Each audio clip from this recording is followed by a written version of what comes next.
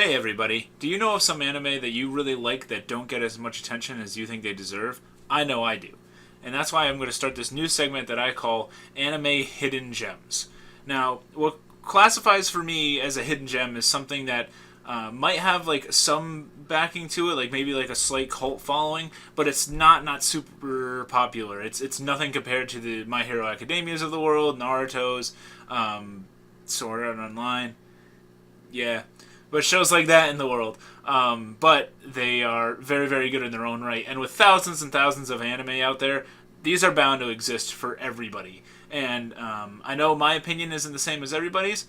You could think that some of these shows that I'm going to mention are shit. But that's alright. It's my video. Make your own video if you want to talk about shows that you like that need some attention. And link it down below and, I'll check it out. But today we're going to talk about 3 different shows, and I wanted to pick 3 different shows that were very different in terms of like subject matter and stuff.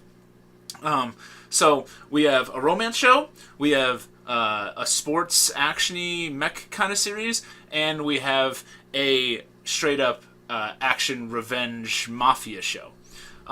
So we'll start with like the soft and cuddly and the cute, and we'll work our way to the action.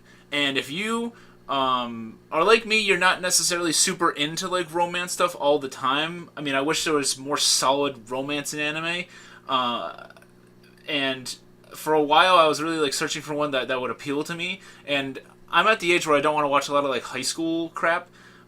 So Rec stands out way above anything else I've ever seen.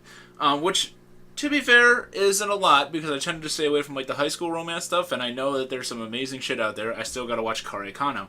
But Rec is, I watched it recently, and it's so cool, and nobody talks about it. So it's a show from 2006, and was done by Studio Shaft, who has gone on to do like March Comes in Like a Lion, and I believe Madoka Magica. And it's from director Ryotaro Nakamura, who you might know him for Serial Experiments Lane, as well as Ghost Hound and Kino's Journey, the original Kino's Journey. Not a huge fan of Kino's Journey, but that's a different topic for another video. So if you like that stuff, maybe you'll like some of the other works by this guy, including Rec. Now, Rec is a very short but sweet show. It's only 9 episodes long, and they're all about 12-13 minutes. And that's including like opening and ending. There's really like 10 minutes of content in each episode. But Rec is essentially a modern romance about this guy named Matsumaru, who is 26, and he works for like an ad agency, and he's kind of like just like a salary man, and he lives this life that he considers like kind of boring, and he keeps like pitching ideas to his company, and nobody's really taking it. And one day he gets he schedules a date with a girl, and she just snubs him. She never shows up. And he's waiting at the movie theater, and at the movie theater, he meets this lovely beauty named Aka Anda, who is a seiyuu, a Japanese voice actress. She does like anime, she does commercials, she does video games. She's an up-and-comer. She's 20 years old. Like I said, he's 26. They're both people in their 20s, not in high school. So if you're like me and you're like a little tired of, romance and shows in general being about people that are of a younger demographic, I think you'll like this series, because both characters are in their 20s. They act like they're in their 20s. Aka looks a little younger than her 20s, I guess, but it's passable. She behaves more like an adult. And I don't want to spoil too much because it's very, very short, but the two of them have this like budding romance that feels super realistic, even from the beginning. Like, it gets off to like this crazy like start that you don't think would ever happen in real life, but I think that's kind of the appeal of Rec. I'm going to be 26 soon. Matsumaru's 26 in this show. I work in the marketing field. He works in the marketing field. I just need some, Aka girl to come along and I'll be all set. But I think that's kind of the appeal of it for me, is that it's about like the idea of a romance. And, it's not easy. Even though the show is short, they go through like trial and error of like building their relationship, getting to know one another, having disagreements. And they also have to work together. She is the voice actress who gets hired by his advertising agency for this big product that they're pushing, like this like food this food advertisement out. And she's the voice actress in the commercials and for the mascot for the food. So they kind of have to keep their relationship sort of hidden from the people at work, all while trying to get to know each other and actually make the relationship work overall. And I really enjoyed Rec. It's got solid animation. It's got a really good OP, and it's from 2006. It's not gonna blow you away with its aesthetic, but it's still very much worth watching. And you can watch it in like 2 hours. Like, you can do it in one sitting if you really wanted to. But not enough people talk about it. Rec it's so far my favorite romance. Headache of Seven is pretty good, but it's my favorite romance that isn't like an action romance. Let's leave it at that. Now, if maybe romance isn't like your thing, maybe you're like a sporty guy, maybe you're into like robots and like fighting and action and stuff like that. And I got a show that's right up your alley that you may not have heard of. IGPX, The Immortal Grand Prix. I really, really like this show, and I know people that might have seen it consider this like corny as shit, but I think it's really cool. So IGPX was something that aired on Toonami back in like the mid 2000s, and it's from Production IG, who did like Ghost in the Shell and stuff, and it's in like 2049, I believe, and it's about this futuristic sport where people they ride around on these mechs on like this giant, humongous racetrack. Like, these mechs are like very, very large. I'd say like big as a house, and this racetrack makes them look like tiny ass cars. And it's just this huge monstrosity of a sport. But so it's like 3v3, and you have to do like a certain number of laps around this track. But you're also allowed to just like beat the shit out of each other. In fact, it's highly encouraged. So, and the goal is to get like more of your team to actually finish the race than the other team. And there's like different strategies and stuff that go into that. Every single team kind of has their own way of going about things, and their own like sense of like what we should do versus like what's illegal. Like, are we gonna like cross this line? Because there is like relegation. There is the sense of if you come in like the like bottom two or the bottom team in the league, you go down to like the minor leagues. And the main plot of the story is that Team Satomi, who's this blue and yellow team here, they just moved up from Division 2 into Division 1. And they're the newbies. You know, they were the kings of the castle in Division 2, and now they're rookies here. They are freshman class. They're the bottom of the barrel here, and they got to work their way up. And it's got really interesting characters. It's got this main guy Takashi, who he idolizes this famous I don't remember what they would be, racer, I guess. This really, I don't know what you call like a guy that plays in the NFL. He's a football player.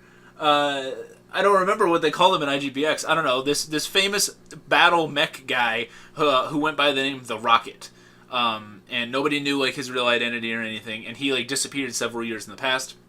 Takashi lives his life to be like the Rocket. He idolizes the Rocket. The Rocket was an amazing IGPX racer in Division 1, and he seeks to do that himself.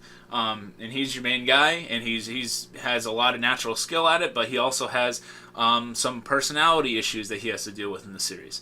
Then you have Amy, who is this kind of much softer character, more of an intellectual, who has this like cat that, believe it or not, rides with her in her mech, even though that sounds very dangerous. Oh, and when the cat is in the mech, it can talk. The mech like makes it so you can like hear its thoughts. This show is like goofy. Like, it's goofy, but it's good. Like, you'll enjoy it, and it's not crazy long. It's like 2 seasons, I believe. So I think it's like 26. But it's good. It's got a really solid dub too. Oh, and the last member of the team is Liz. And Liz is kind of like your like toughy member of the team. She's like the defender. She's like the person that like beats people up out on the track. And she's really devoted to her team and very loyal, but she's also very hot-headed. And obviously that conflicts with Amy's personality a little bit, and even Takashi's personality. So it's a cool show about like a team having to work together, and I think if you like sports anime, and if you like mecha, then I think you'll really like this show.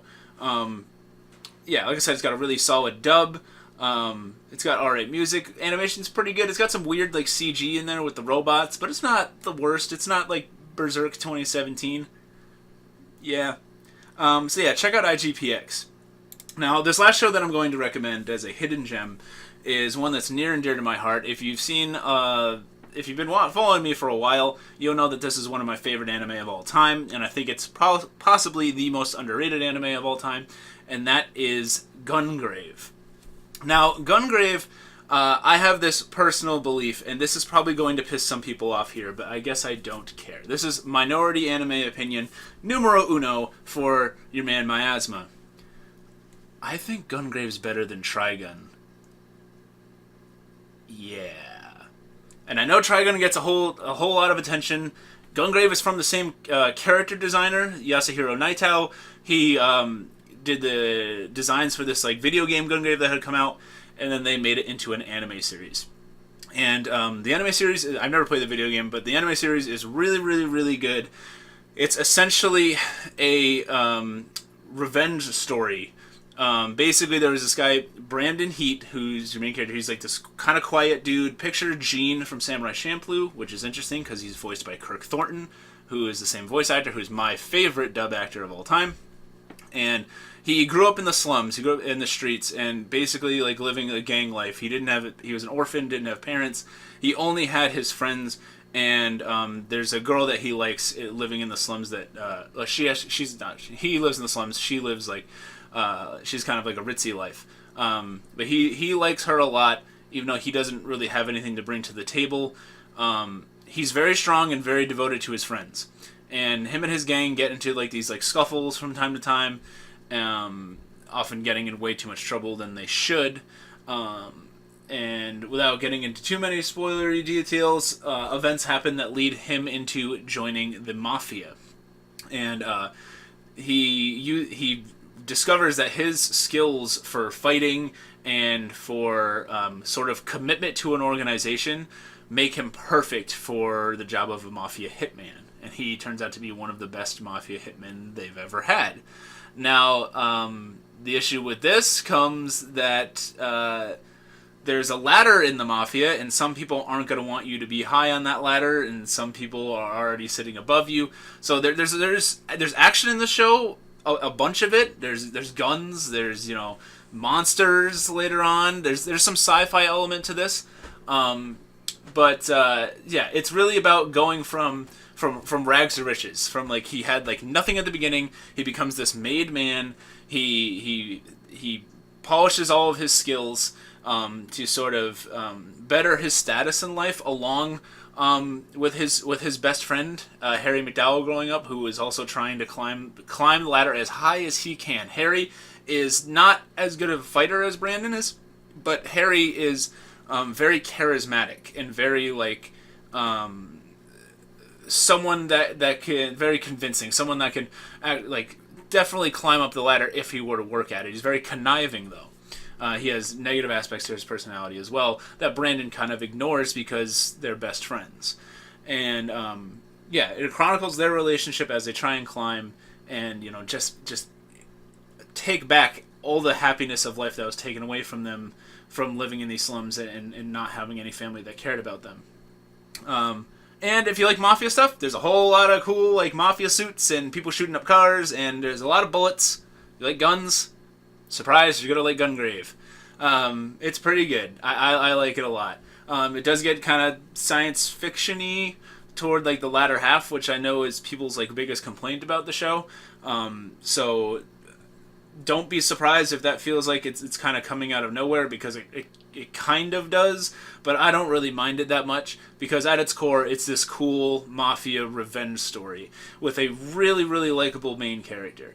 And yeah, I really like Gungrave. I'll get into maybe in a different video why I kind of like it more than Trigun, mostly because it's like less silly and I just like Brandon a lot more as a character. But this wasn't a video about shitting on Trigun, even though I did it a little bit.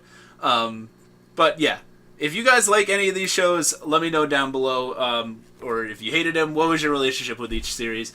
Now, and let me know, like, what do you consider some buried treasure anime, some anime hidden gems that you think people don't pay attention to enough? And as always, guys, if you like what I'm doing here, please subscribe. I've been doing more podcasts lately. I do unboxings. I do reviews. Whole lot of different crap. Some even beard ASMR sometimes, if you're into that. Yeah, guys. This is Miasma from Gyre Media, signing out.